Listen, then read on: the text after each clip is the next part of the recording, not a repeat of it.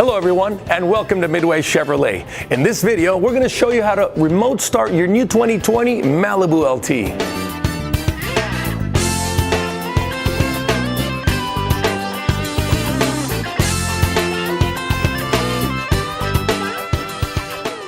Before we get started, make sure your vehicle is locked. You can do this by pressing the lock icon on your key fob twice. You'll know it's done if you hear the horn and see your front blinkers flash. Now, press and hold the circular arrow button on your key fob. Hold it for about 5 seconds, and that should remote start your new 2020 Chevy Malibu Lt. A few things to watch for if you are having trouble. Make sure you're a few feet away from the vehicle and point your key fob to the front of the vehicle. Know that you only have 2 tries to remote start it. The third time, you will have to do it manually.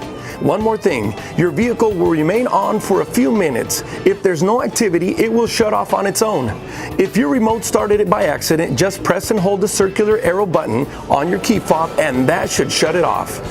Thank you for watching our video. If you have any questions, any comments, any concerns, please leave them below. And don't forget to subscribe to our channel. We're Midway Chevrolet, absolutely unbeatable.